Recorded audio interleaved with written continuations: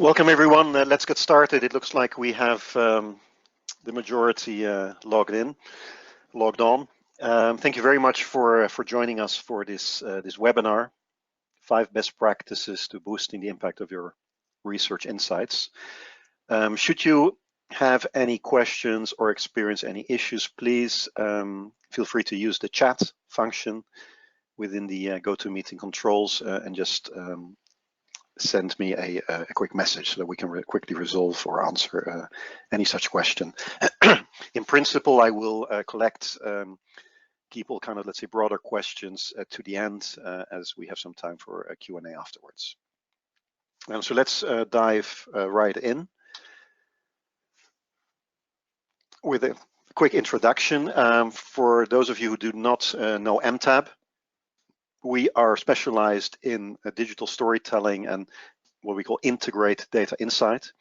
And this also reflects, let's say, the 2 parts of the full solution, let's say, that we offer our customers. So we do not only provide our mTab software solution, but we also provide the data management services that are the prerequisites for getting the maximum out of this software. As often is the case with even the best software product, it's garbage in, garbage out.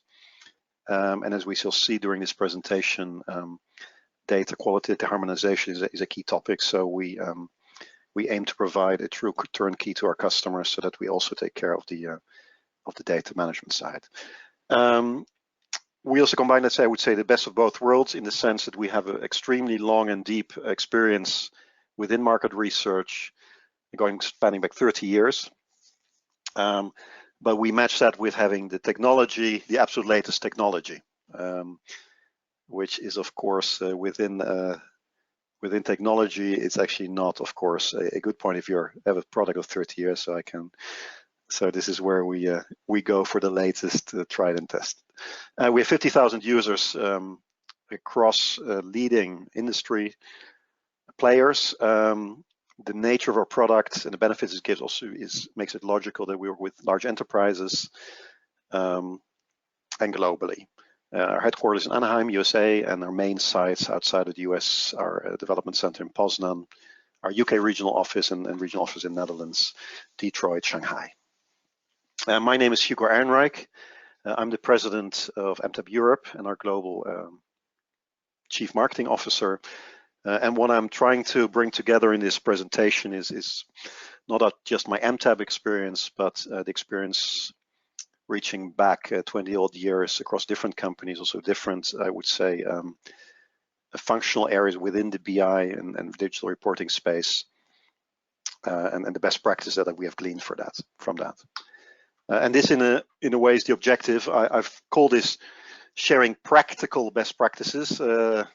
Bit of a double on perhaps, but what I'm trying to indicate is that these are actual real best practices gleaned from our experience with leading customers, from customers that have done this very effectively.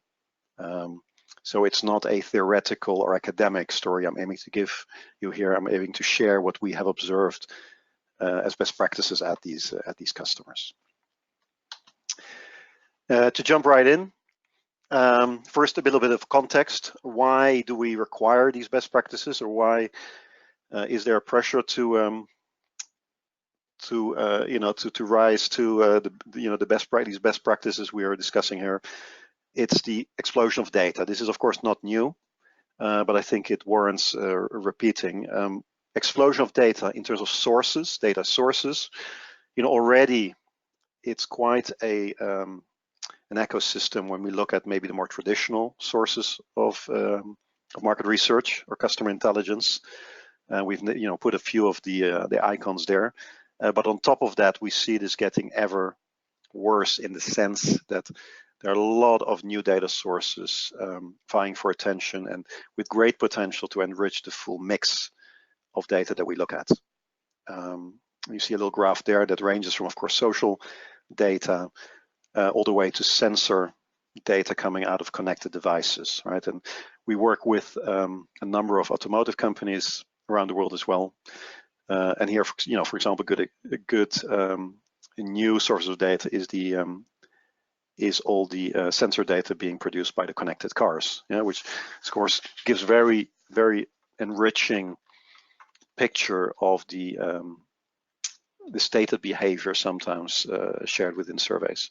And on the other hand, we see an explosion of data demand in two ways. One, we see more and more diverse internal customer body, right, which requires us to cater to a lot, much more heterogeneous, let's say, body of demand, of needs and questions.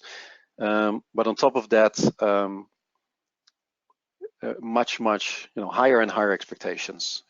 Not just about speed, right? We need it now to also, of course, also maximize the actionability of this insight. Speed is of the essence. People also have gotten used to kind of instantly receiving their insight, and often have little perhaps appreciation or insight into how much effort is required to guarantee the quality, integrity of this data. And secondly, they don't increasingly take for granted the kind of descriptive reporting or the descriptive sharing of the information, looking for market research or researchers to come with kind of profound second level, as I like to call them, insight. Right, so this again puts an extra burden on what do we do with all this data to get that all, meet those expectations. We've organized the presentation in a sense that we were matching kind of 5 key challenges with 5 best practices. So I'll first kind of share with you what are these challenges that in effect underpin the best practices that we have observed.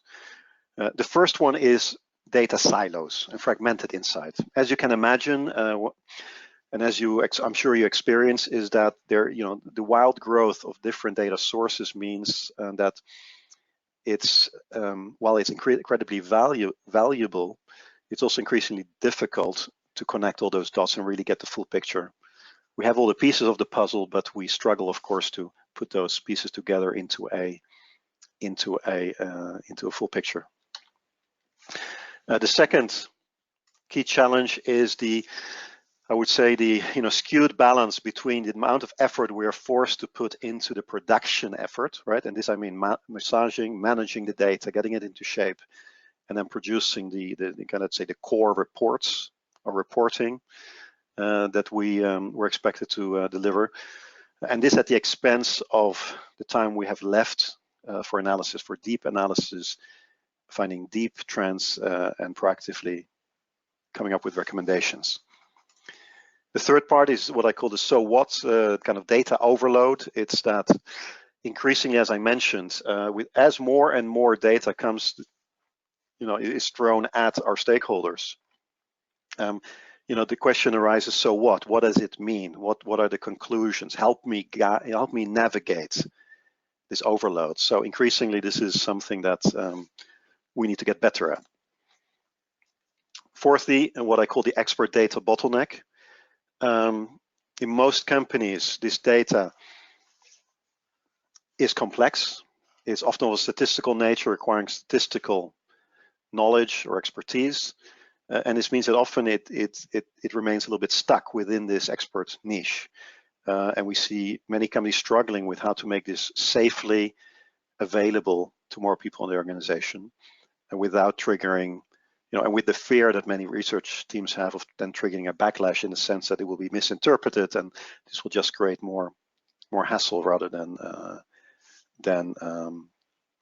benefits. And finally, the service level dependencies that we experience in terms of being able to respond quickly and insightfully because of perhaps our dependency on external agencies for a lot of the things that we expected to provide to our internal stakeholders.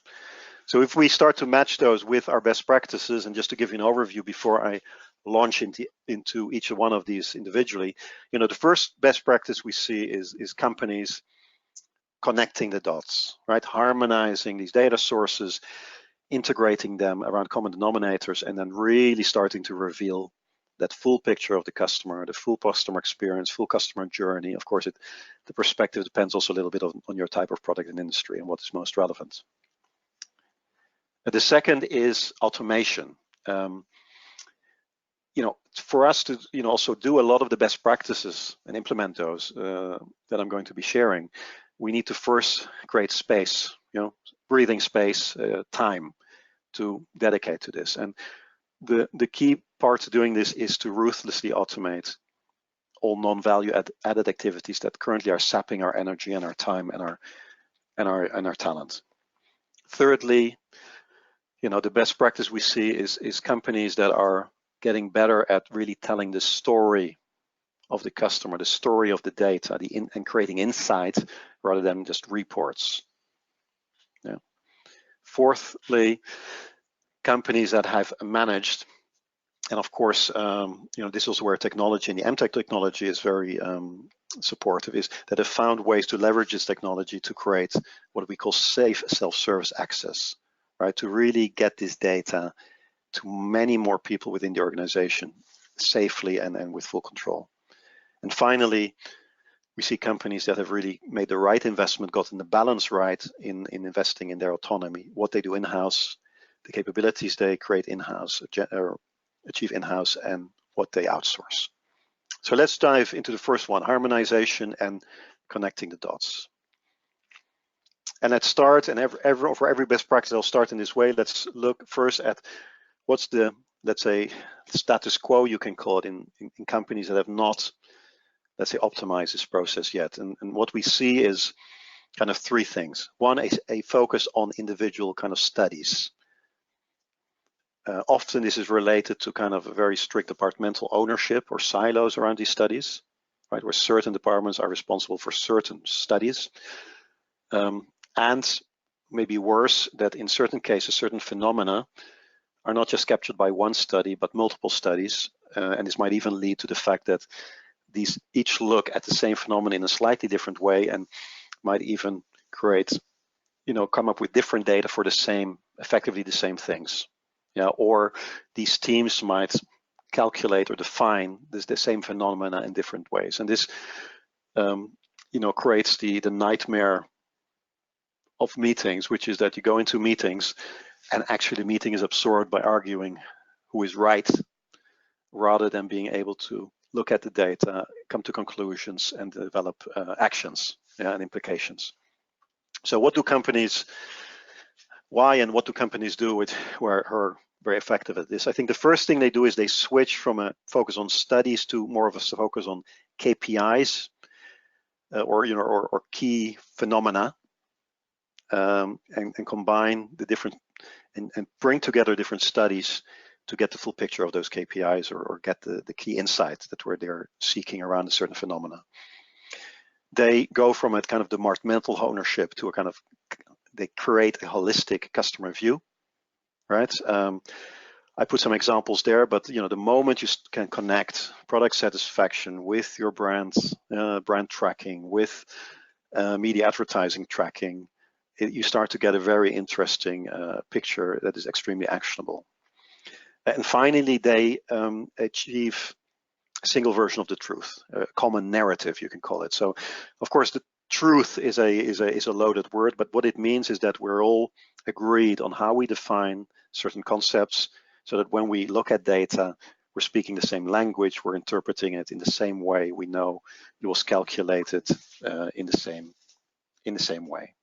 And this is essential if we're able to, for us to be able to work together. So how exactly have they done it? A few steps. The first is, of course, perhaps an obvious one, but it means there needs to be an effort to get the bird's eye view of everything that exists in the company, right? To gather all those sources of data, of surveys, studies, get that overview, and then get them into a single place, converting them to a common format, aligning them, and centralizing them, so that this becomes a pool of knowledge that can be used by multiple stakeholders in multiple ways. Related to this, they achieve a culture change, I would say. So they move to a kind of more governed collaboration or pooling method, right? So this is, of course, perhaps the hardest one because it's a culture change. it's important to break through the kind of departmental thinking and evangelize and get the recognition from everyone. But when we pool this data, we all benefit. We all get better insight into our respective focus, whether it might be on brand or our advertising or product development. We're all using this pool in different ways, but by pooling it, we all have a better insight. Of course, I mentioned governance because, of course, this has to be underpinned by strong permissioning and authorization system that makes sure that everybody's comfortable that the rules are followed and all departments, everyone is getting the information they're supposed to have, and not more or less. The third is applying a common segmentation. I find this the most interesting one because this is truly where we're connecting the dots. When you look across studies, normally there is at least one or two common denominators on which we can match the data. And the most basic one is that almost every study or data source has some kind of socio-demographic data underpinning it, which can act as a way of mapping or integrating these sources.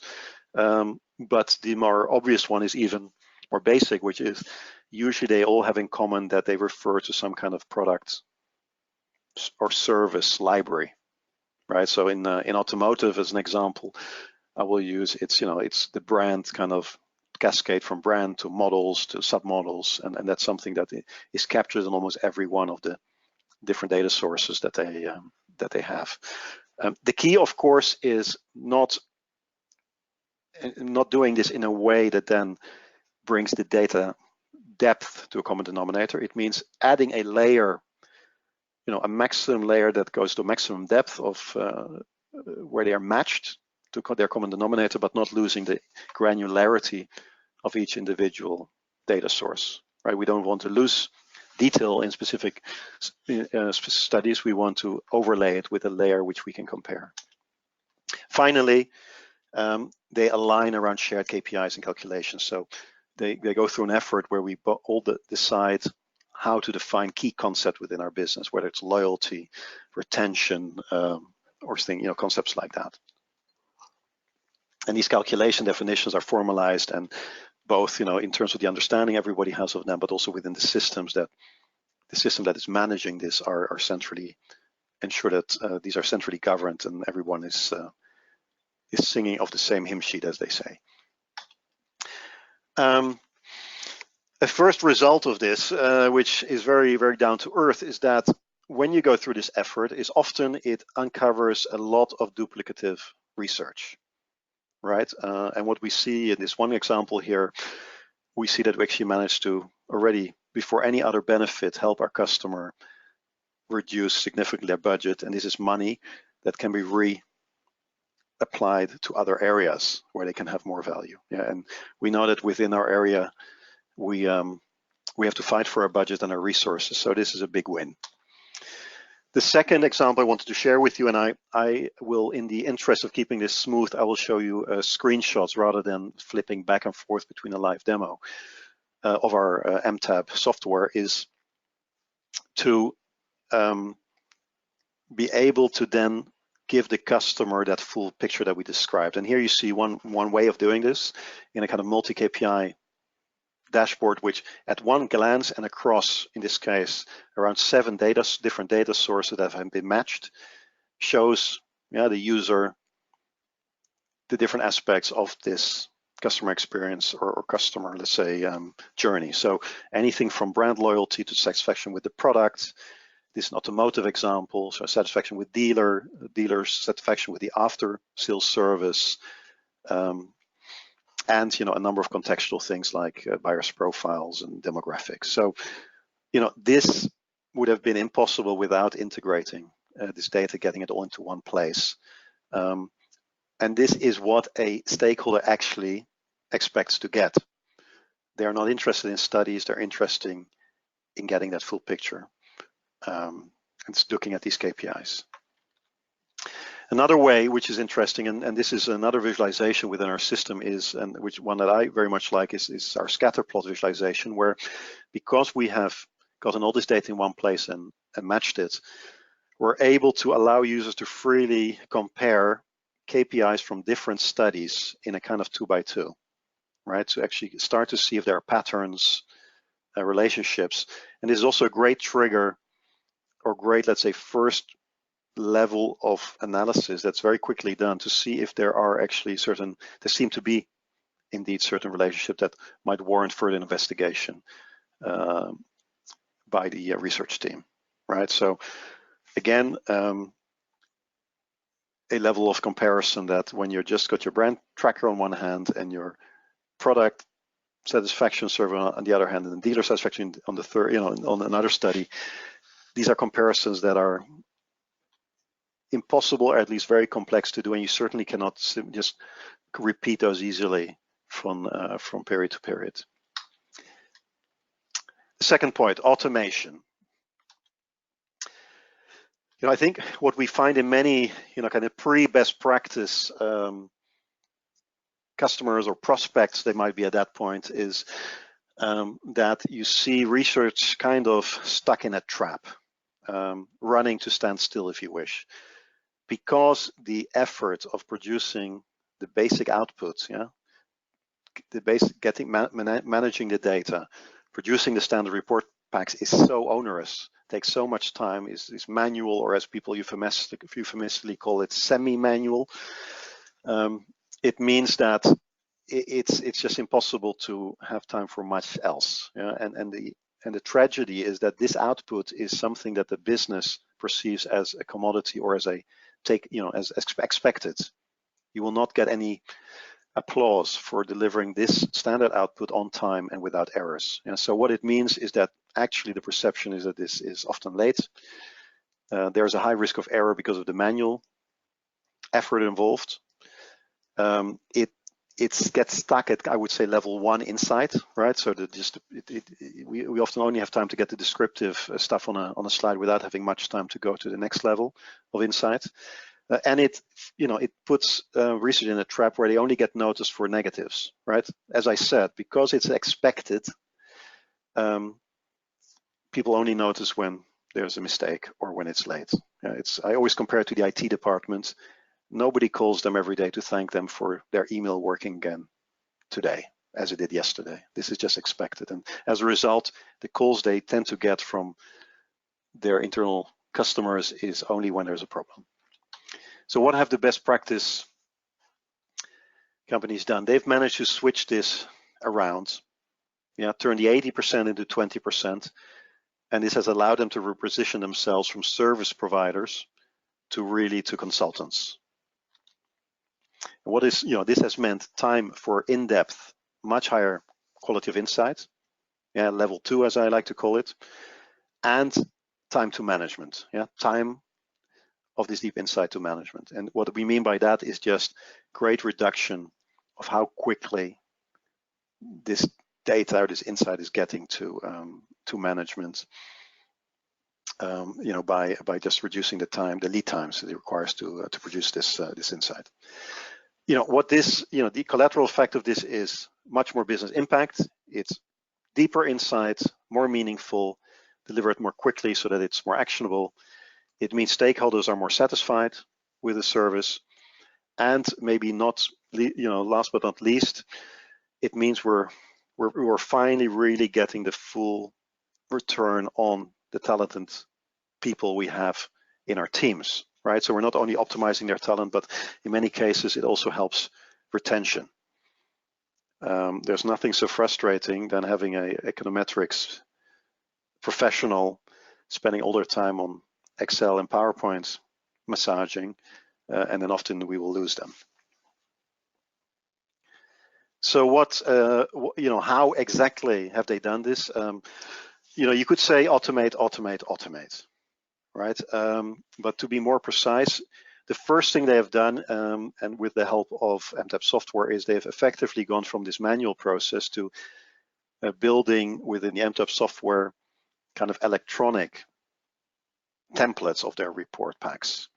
We call those stories, and they're basically interactive presentation, interactive reports. And what the great benefit of that is that when new data comes along, it can be automatically or one-click updated. So all packs are updated, all charts, everything is updated. And on top of that, once it's created for a single, kind of dimension, let's say one country and one brand, it can be easily rerun for multiple brands, for other brands, other countries, right? So again, an immense saving of time, and it means all that time is freed up to then look at those reports and add a layer of insight that is not purely descriptive or not purely that's not obvious just by the basic reports. The other point they have done is they have put in place the mTab system, which integrates the analytics, the cross-tabulation, if you wish, tool that is the workhorse of research, with the reporting or dashboarding layer, right? And this means you create a single point of truth where everyone is looking at the same data and the same definitions, rules, weighting, sample size threshold are being applied throughout the chain, from expert analytics to regular users consuming, let's say, reports or visualizations. And thirdly, they have given themselves a head start on uncovering that deep insight or the implications by implementing, having technology help them in this mountain of data, find the needles in the haystack and alert them to outliers and pattern breaks. And what I mean by this is, it could be as simple as just alerts which highlight when certain KPIs exceed certain thresholds. This still doesn't give you an answer, but it helps you, it guides you within this mountain of data to what are most likely to be the most interesting phenomena to investigate further. And probably these are also, out of this, let's say, out of these alerts, a subset of these are probably most salient points that your stakeholders will appreciate you highlighting and focusing their attention on. All right, so again, a way of cutting to the chase and then focusing your time on understanding then why these outliers are outliers, why they are pattern breaks, what this implies, and what we might do about it. So to give you a few examples, here a quick screenshot. On the left-hand side, you see basically a story, a very, very small one, just from our demo system. But you see below, you see the thumbnails of the story. In this case, kind of 6 slides. In reality, of course, in our customers, these can be hundreds, up to the 100 slides. And on the right hand, you see the fact that we have this for France and for Super Performance as a brand, that we can simply select, now please rerun this for Germany and perhaps for another brand. And this regenerates the full pack for Germany and for this other brand. So, seconds or minutes, where before you were probably spending days. And secondly, a quick, a view of our alerting module, where there's a very detailed, there's the ability to set up, a lot of different types of alerts, which again give you a kind of overview the moment there's new data, highlighting what should probably be your first points of call in diving deeper into the data or into the reports. And often this is also probably will be your guide in terms of what you will put in an executive summary, which I will get to later. Some stats, just that this is not just very, very, very nice and efficient, but what has this allowed our customers to achieve? I mean, generally we see kind of 50 to 75 reduction in the production activities, right? So imagine what you could do with that extra time in terms of adding, additional value, and or getting your life back, especially around peak moments. We've seen ad hoc requires being answered in minutes rather than days. I added this quote, which I just love, which we were at an evaluation meeting very recently with one of our customers, and she quoted this quote from one of her stakeholders saying,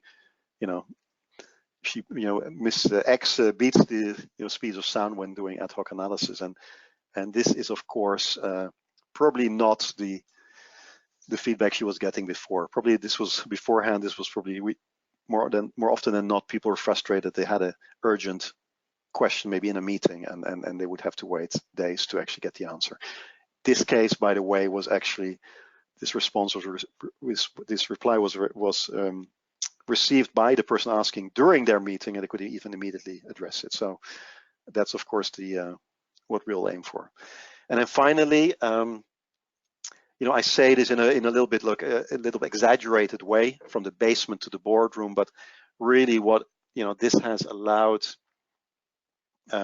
people to do, you know, in a sense, save this time and then redeploy it to having deeper insight, and really repositioning as consultants rather than service providers, has really allowed the teams in the companies we've worked with in this way to really penetrate much deeper into the organization and get visibility literally at the board level, with the type of added value they're perceived to now be creating.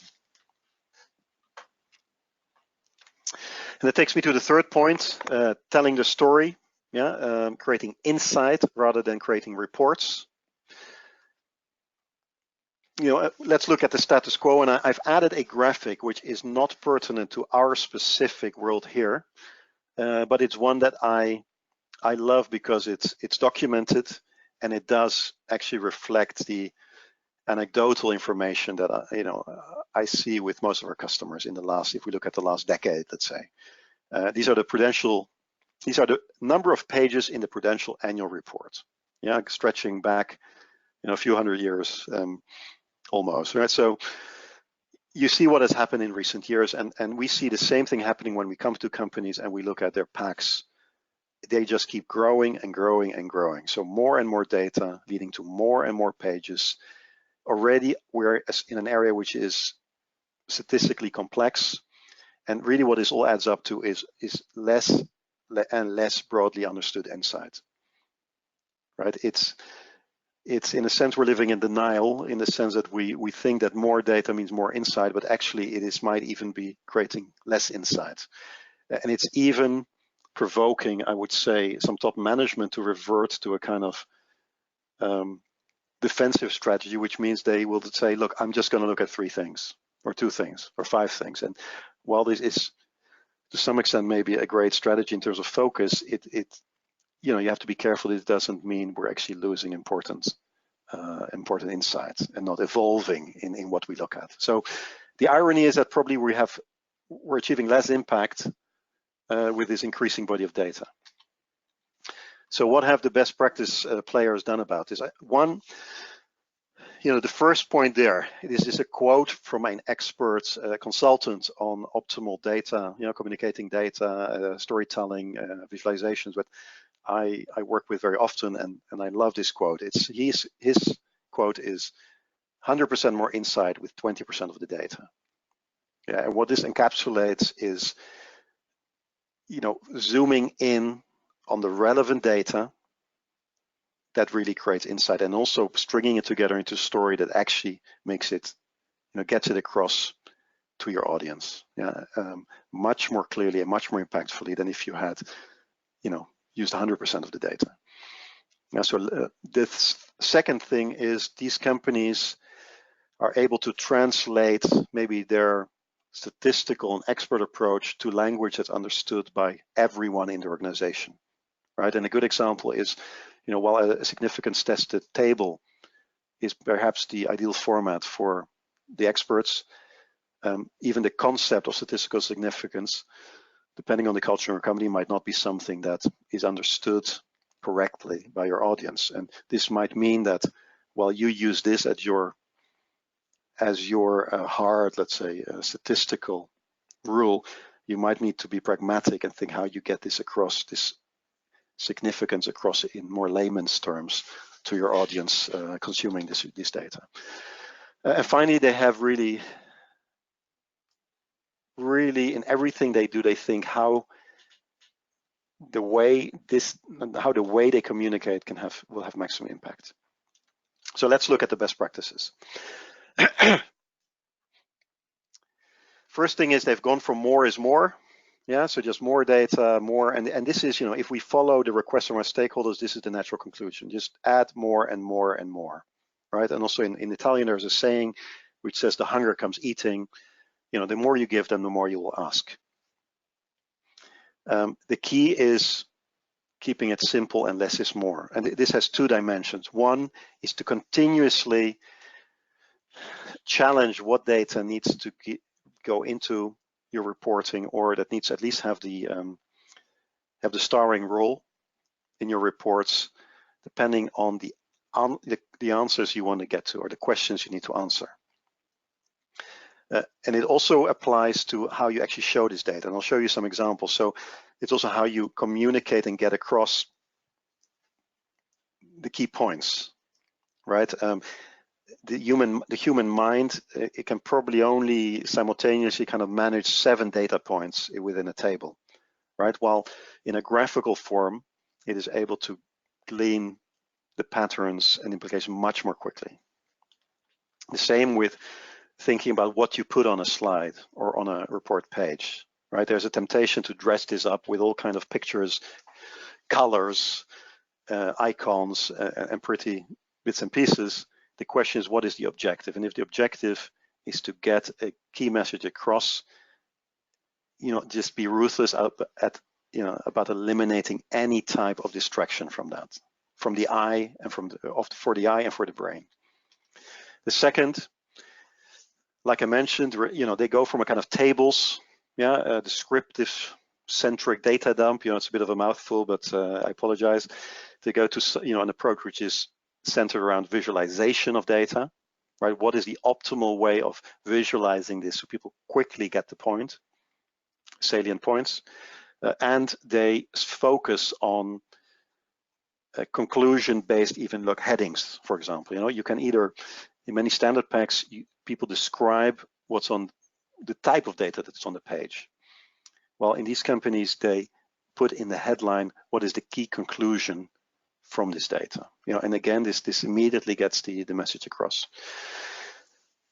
Others, and what they also do is they go from standard packs only to a story. And what I mean by that is that maybe number 2 previously is too ambitious. People are used maybe to a more descriptive approach or more standard pack approach. But what these companies then do is they overlay this, and they at the front put smart executive summaries. They add a layer which is a guide to the rest of the document that highlights the most salient points, the most important conclusions, the recommendations. That in a sense people could stop there to get to basically get the point of what this update of the data is telling us, while still maybe keeping the full pack for the more conservative audience that wants to have that, or might need that also for different purposes. And finally, they go from a kind of single flow, I call it, or slides escalation, which by this I mean, the pack's just growing, including 1,000 backup pages for any type of question that might not have been anticipated or is not part of the core flow of the document, to a situation where they're effectively providing access to interactive stories with the kind of guided analytical interactivity. So where you can actually create a quite condensed core pack, but every one of these slides, let's call them, is an interactive little module which allows the user to drill down, to change their perspective, to look at a different brand rather perhaps than the ones we usually compare ourselves to. So this in effect allows you with just maybe tens of slides to achieve the impact you're maybe achieving today with thousands of slides. And it means also you don't have to second guess all the permutations of or possible questions that people might have. So let's look at some areas of inspiration. I have no time to go into this. This is a chapter on its own, so to speak, but there are 3 kind of experts that I would warmly recommend you kind of having a look at in your spare time, if you can find any. One is Professor Hichert. He's a German professor. He's created a poster, you see a copy of it, with his success rules. He is rather dogmatic. I would say this really covers every best practice you might ever think of, and not always practical, not always applicable to a real life business situation, but a great source of inspiration for you to cherry pick the things that make most sense to you, right? And it's extremely complete, and I would say most applicable to kind of corporate reporting environments than the other maybe two. Hans Rosling is another one. He is just a master of just creating excitement about maybe, and creating an exciting, evocative story around maybe boring data. And if nothing else, maybe have a look at the YouTube video of him taking a kind of global kind of economic data and just creating a just an exciting story of human progress or based on that. And finally, you have Stephen Few. He's a golden oldie. This is a pretty old document, but although the technology might have changed, the basic rules of getting your message across clearly and effectively have not changed. So 3 sources of inspiration, I hope will be useful. But let's look at some examples of what we've achieved within our customers' mTab, let's say, environments.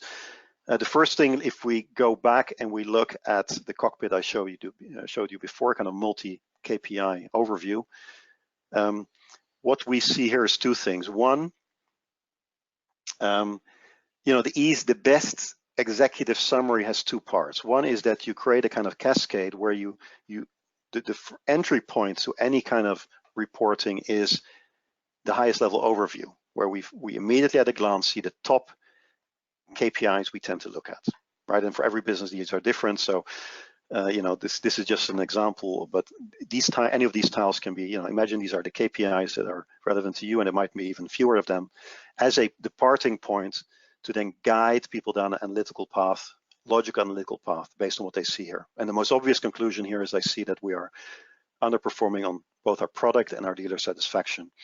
When I click on this, I start drilling into the detail behind this. And as I do this, it provides me with a next view, which not only provides me access to the full kind of library visualizations that are available, but it also provides a recommended next view, where in setting up this system, we have thought through with you what is the logical path, what is to help people go from understanding top level product satisfaction and understanding what are the causes behind a good or a bad performance, and get to the bottom of what this means for us. And finally, as I mentioned, maybe some examples of both strategic use of colors. Like I said, keep it simple, simple, simple. As you see in these examples, everything is gray except the data we really want you to focus on. And there are no pretty pictures except the relevant one. Of course, there's the logo of your company, because this is your corporate, this is your corporate report documents. Okay, there's your logo and the footer and things like that. And then there's a flag with the country. Yeah, and that's it. Nothing distracts from the message we're trying to pass, right? And I will confess to you, this is what I hate about agency-produced presentations. They feel they have to embellish, add all kind of pretty things and pictures and logos and maybe pictures of your product. And the question is whether this is helping or actually distracting, muddying the waters. And in my experience, and if you look at those best practices of those experts that I mentioned, the real message is don't get tempted into adding anything that does not add to your objective, which is communicate the message of this data in the most efficient manner. And the second point, maybe when you look at the 2 examples in red there, you see this is an example of a kind of optimized visualization. This is something I did not mention explicitly, but also when you are thinking about how to optimally visualize a certain phenomenon, what's the best kind of chart, let's call it, to present this specific outcome.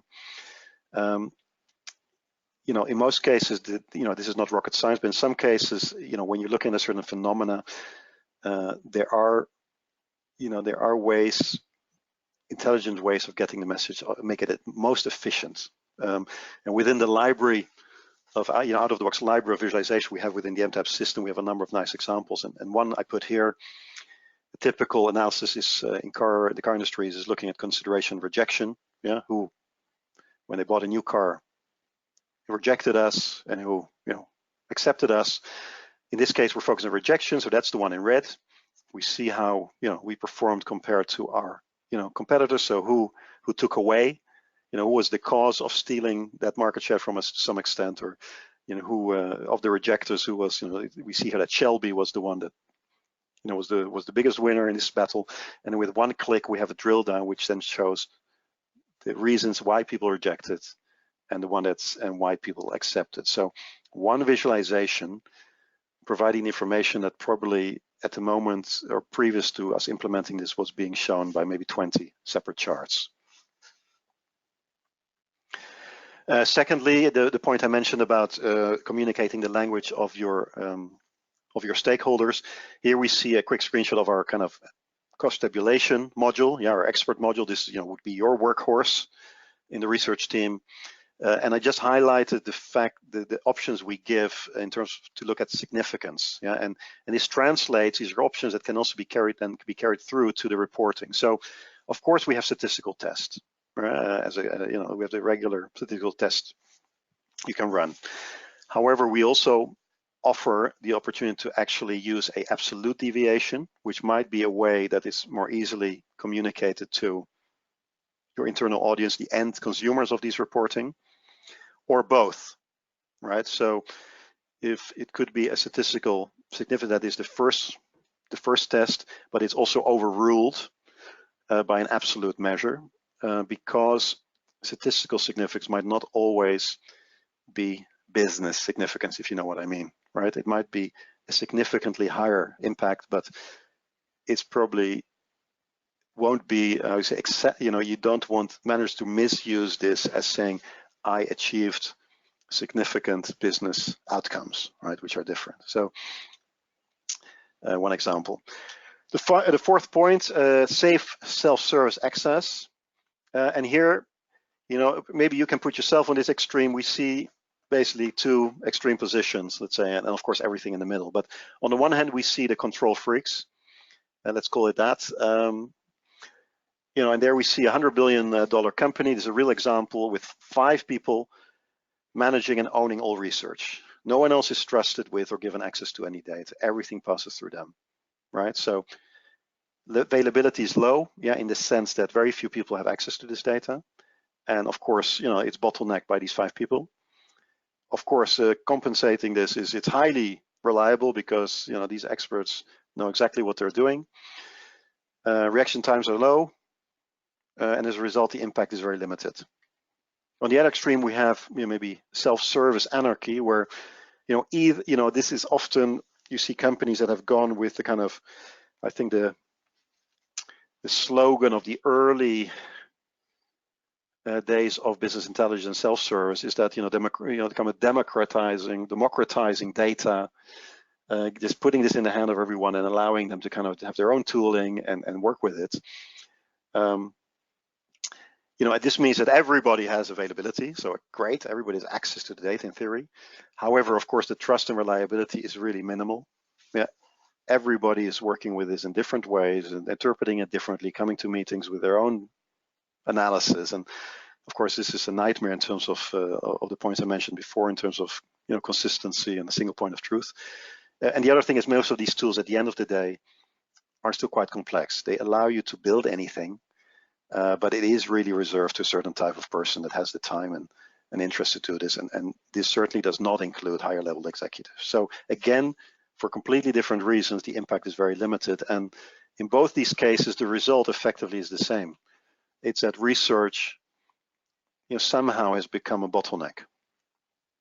The research team, unintentionally, of course. So what is the solution? And I think what we see in best practice cases, and this is of course something that we benefit from living in the age we live in, because the technology allows us to do so. And in our case, the mTab technology has allowed our customers to achieve this, is to achieve kind of a safe, what I call safe or governed self-service, right? And what this allows our customers to do is remove the bottleneck, or stop having research be the bottleneck to widely distributed but reliable core insight.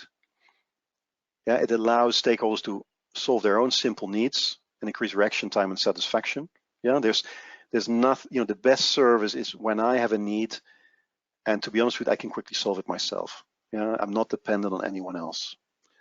That will actually make me, you know, and the people that make this available to me, I will appreciate, I'll be highly appreciate, even if ironically this means they're actually not involved for this part of the service, right? Directly in terms of their manpower or their time. So this, just to be clear, includes both being able to have certain interactivity, which allows you to answer certain questions on your own, but it also includes having people, through these interactive stories, create variations, their own PowerPoint variations to the core packs, right? So it means that they don't go back to you for changing a brand perspective in your presentation, where you're actually again running a kind of let's say a highly paid kind of PowerPoint production facility, rather than what you're supposed to be doing, which is the experts, the market research experts. Thirdly, this releases time for the experts to focus on what they're best at, which is deeper insight, going beyond those obvious kind of, I would say, practical needs. And the other thing, and they achieve all of this while ensuring 100% trust in the data and eliminating any risk of wrong interpretations by business laymen. And I would say this last part is probably the key psychological barrier we see at many companies prior to understanding they can have their cake and eat it too, and actually going down the road of kind of safe self-service, right? Because they're simply afraid that they will not be able to govern this, and with the mTab system we can. So how do they achieve this? Three key terms: control, consistency, and ease of use. Yeah, the first one is a single point of truth and governance. I mentioned this before: integrated analytics and reporting. So there's a single point of data that everything is reaching back to. There's a single source of the calculation and the rules. So there is no room for, unsynchronized or different definition interpretations. The second is making it extremely intuitive, right?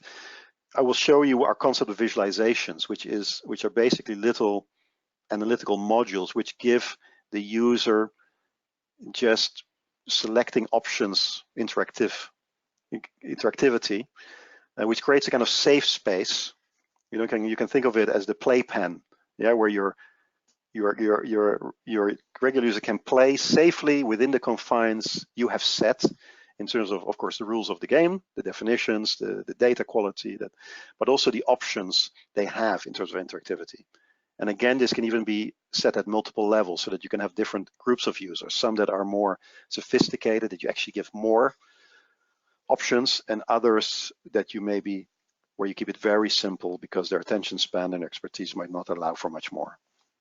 And that takes me to the third point, is that the third component, of course, that is essential here, is that this means that the permissioning system is extremely detailed, so that you can create at a very finely meshed level or detailed level. You can define which users or groups of users can see what data, what functionality, which visualizations available to them, what interactivity and filter, interactivity and filter options. And as said, this can also be determined differently for different groups of users. So you can open and close these things as you see fit, so that you truly create the right level of self-service that's fully safe, and allows people to do the things that they can do on their own, while you keep the monopoly on doing the complex things that require deep expertise. I will break my rule and switch very quickly to just a very quick teaser of what this looks like in our system, just to give you an indication of this. So let's open up our system. The Discover module is basically our reporting module for the end user. Sorry, I timed out, so let me just redo that again. And we saw we can look at a cockpit we saw before, just to make the bridge there.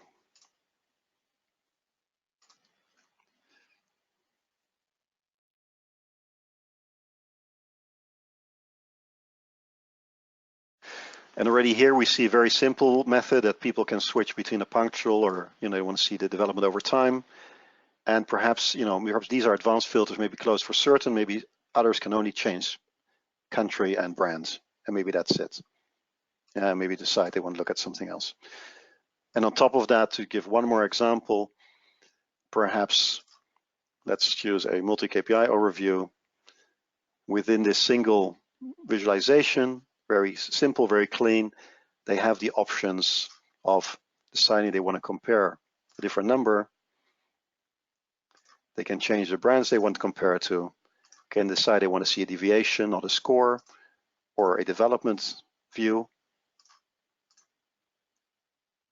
And they can decide they don't want to see the historics, right? So all of this is foolproof, is error-proof, and as a result, they can quickly create the view they want. And then, if this is not already part of a presentation, they can create their own what we call story based on this. So just a very quick teaser of how this might work in practice. So if I go back to our core presentation, sorry, I seem to have lost my page, so let's go return to where we were. And just some stats. What has this achieved with our customers? A 70% reduction in internal research requests.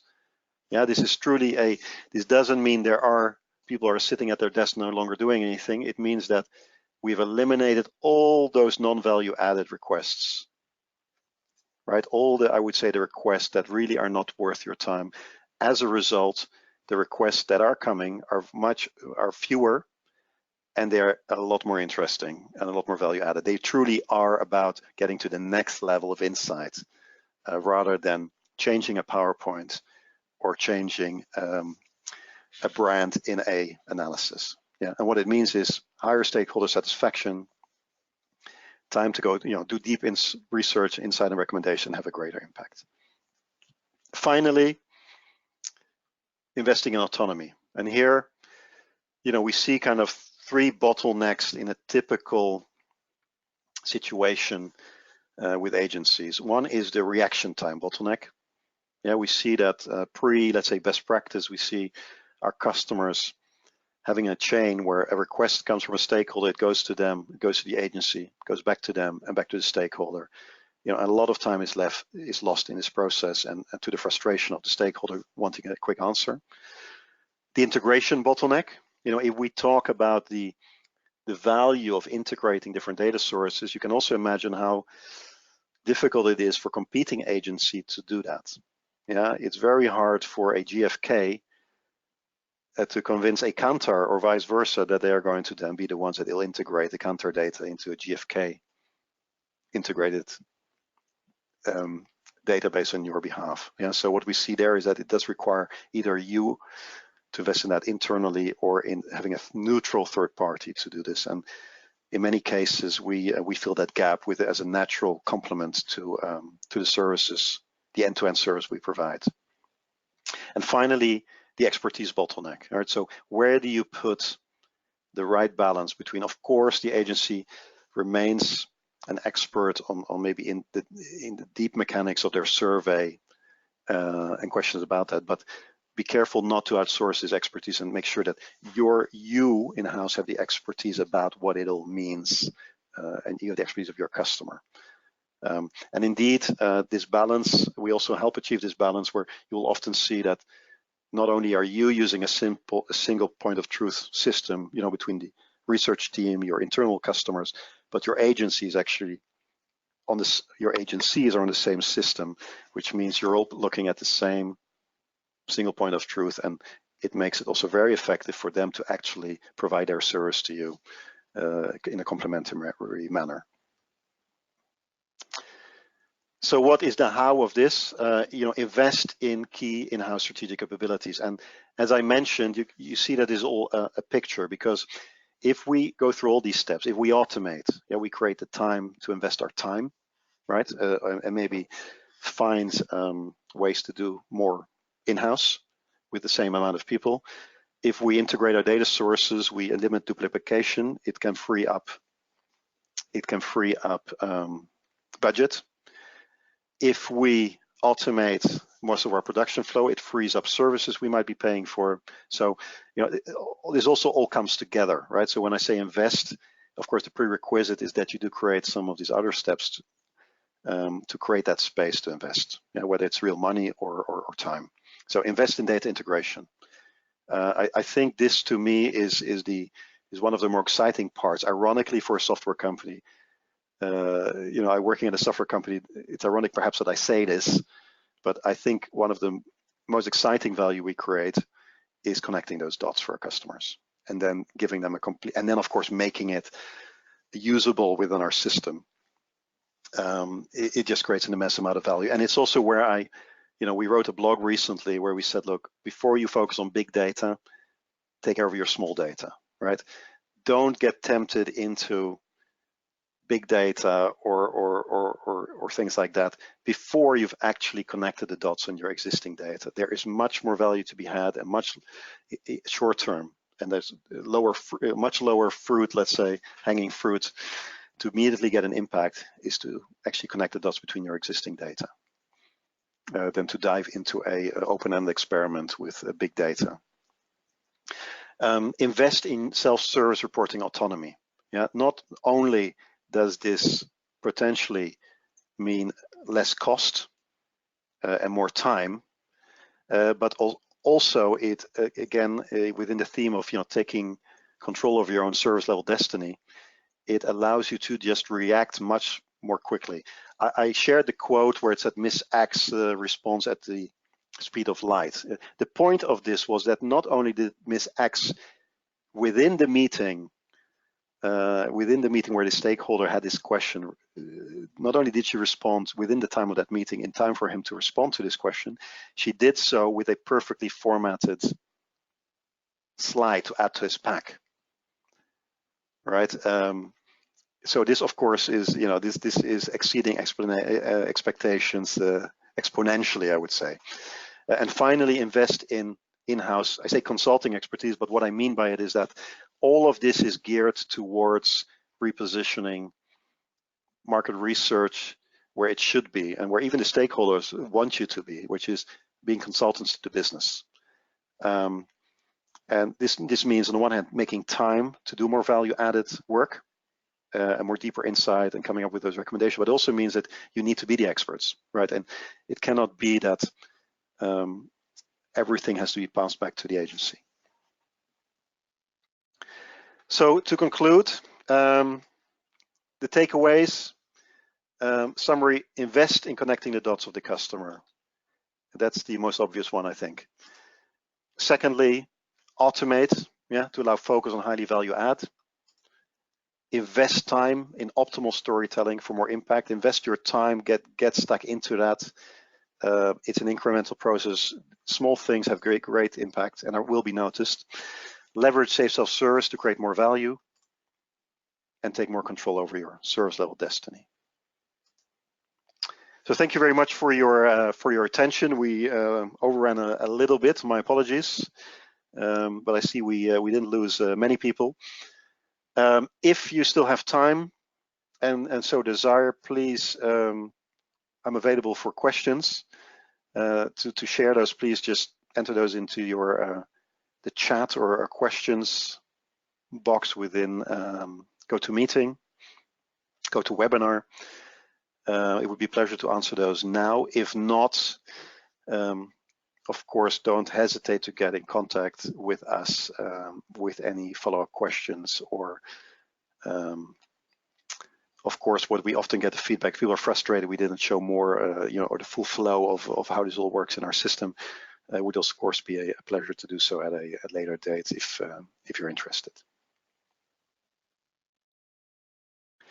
So let me just give a few minutes time to see if anybody is brave.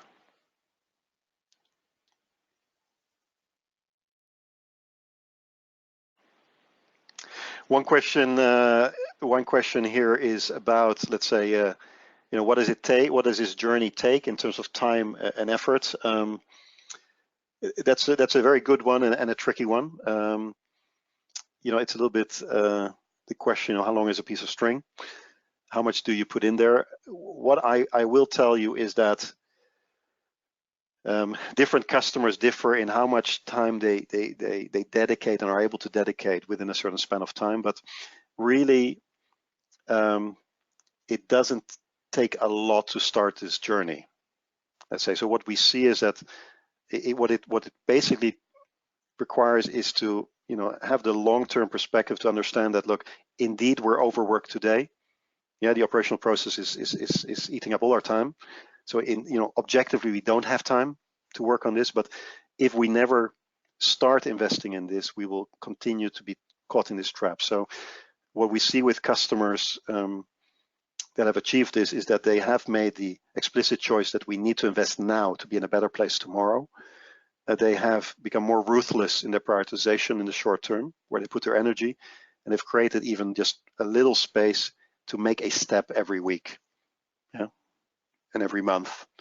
And you'll be surprised where you get to within, a 3 to 6 to 9 to 12 months process, right? And perhaps it's not all perfect in the first wave, but you will see that in some aspects, even this kind of agile approach, let's call it, right? So more small milestones will even have a bigger impact almost on the satisfaction as you are constantly, adding extra value to your internal stakeholders. And it might even have actually more impact to do this in steps so that they constantly see something new rather than doing this in a big bang, but where even some of the benefits might be disguised. Okay, that seems to be it for this session. Thank you very much for your attention. I wish you a very nice rest of the day. And as said, don't hesitate to contact us if you have any follow-ups, questions or suggestions or feedback or things you would like from us. So thank you very much, and we look forward to speaking to you again soon.